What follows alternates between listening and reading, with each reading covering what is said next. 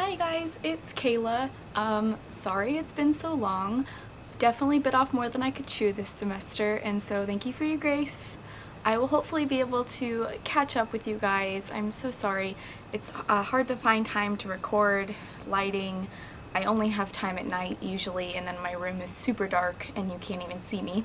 So anyway, apologies for that. But I'm going to jump into where I last left off. Psalm 52 is a psalm discussing how the faithful develop confidence in God's care and protection, even when surrounded by ruthless enemies.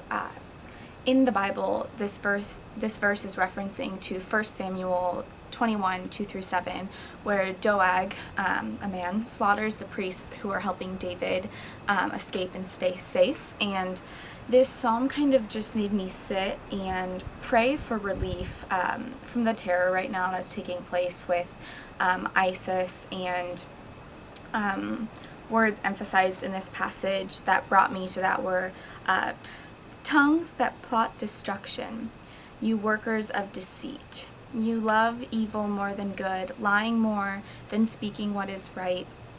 Verse 3 says, I am reminded of those who continue to stand in their faith with strength and devotion, like the ones who have been captivated and have been martyrs for their faith.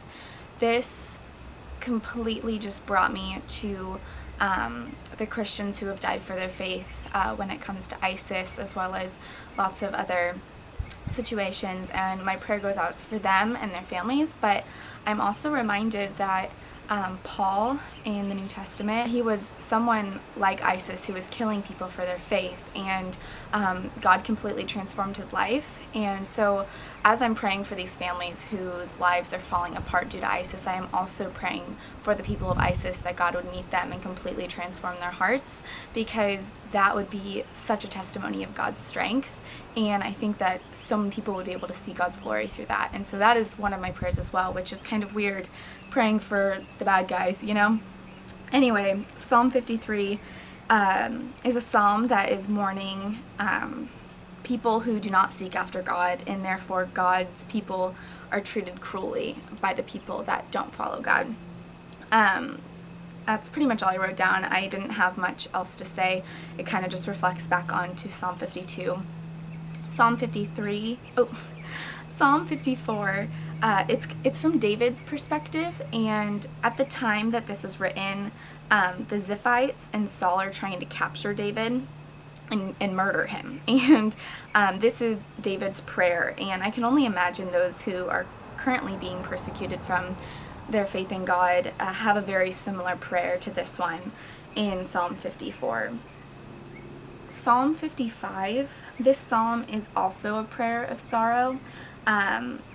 It's, as I hear commonly in my Christian community, it's a lament. I don't know if you're familiar with that, but it's just a type of poetry. And it is a prayer again to God for help against dangerous enemies. And the enemy in particular through this is betrayal from a close friend. And so this is in David's life specifically. And something that I have found that I sometimes do when I'm reading Psalms is I try and think of the things that are robbing me from my joy or from the goodness in my life and our distractions from God. And for me, one of those things is my depression. But a lot of the time when I read Psalms, it talks about evil people or people who threaten life, I sometimes insert the things that are my distractions or the things that are my strongholds on giving me joy. And so I insert my depression in there. And depression is very life-threatening and very life-robbing at times. And these Psalms very much make sense to me when I put them in that context. And I can understand it that although I don't have actual people threatening my life, my own brain is threatening my life, and I need God's help and guidance and strength to overcome that threat daily. And so that's how I kind of sometimes read Psalms when I'm like, I don't know how to relate to this. What's threatening you? What is causing you sorrow? What are the things that are persecuting you in your own life?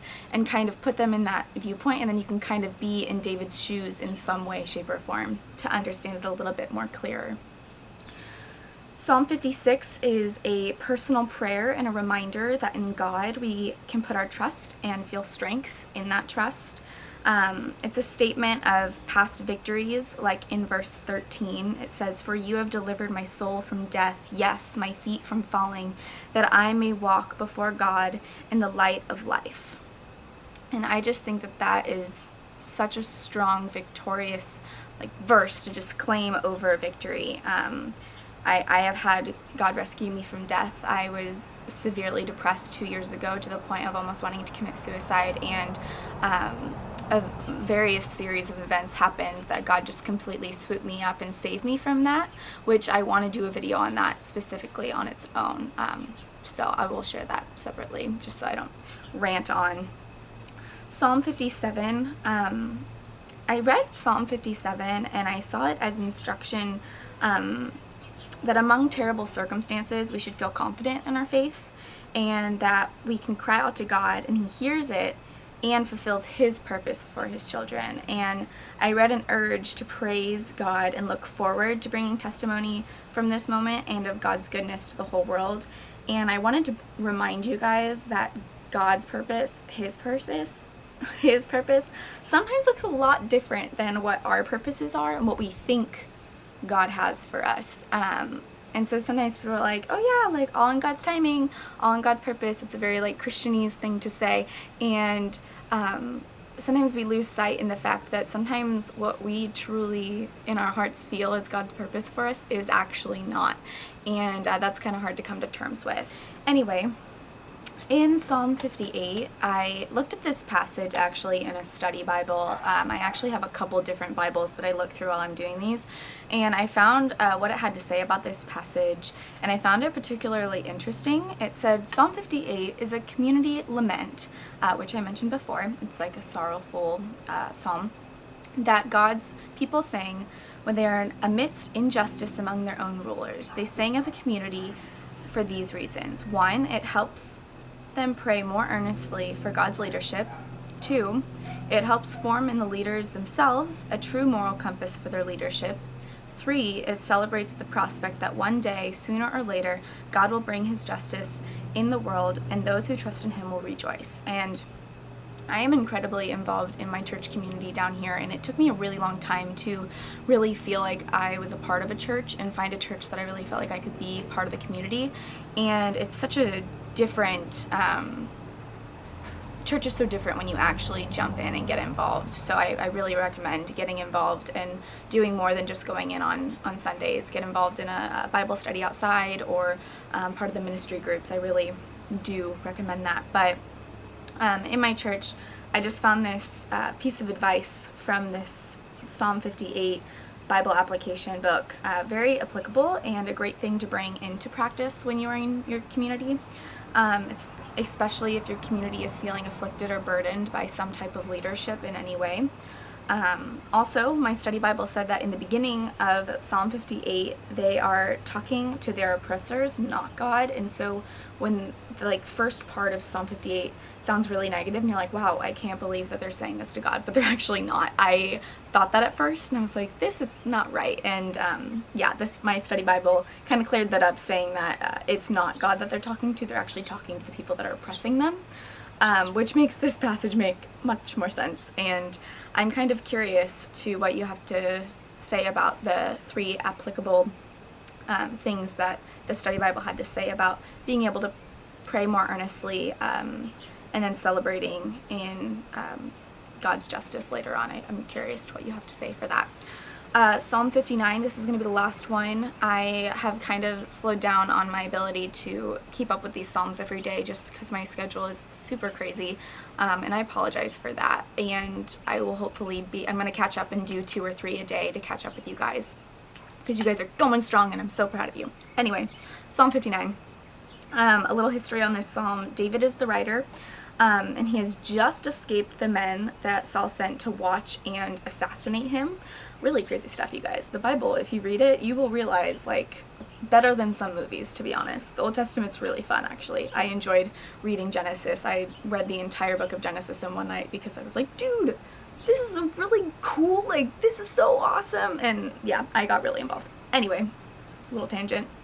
David escapes through a window and therefore the psalm kind of takes on two roles. It's a cry for help to God, and then an expression of confidence that God is going to rescue him and protect him. And it says, "Oh my strength, I will sing praises to you.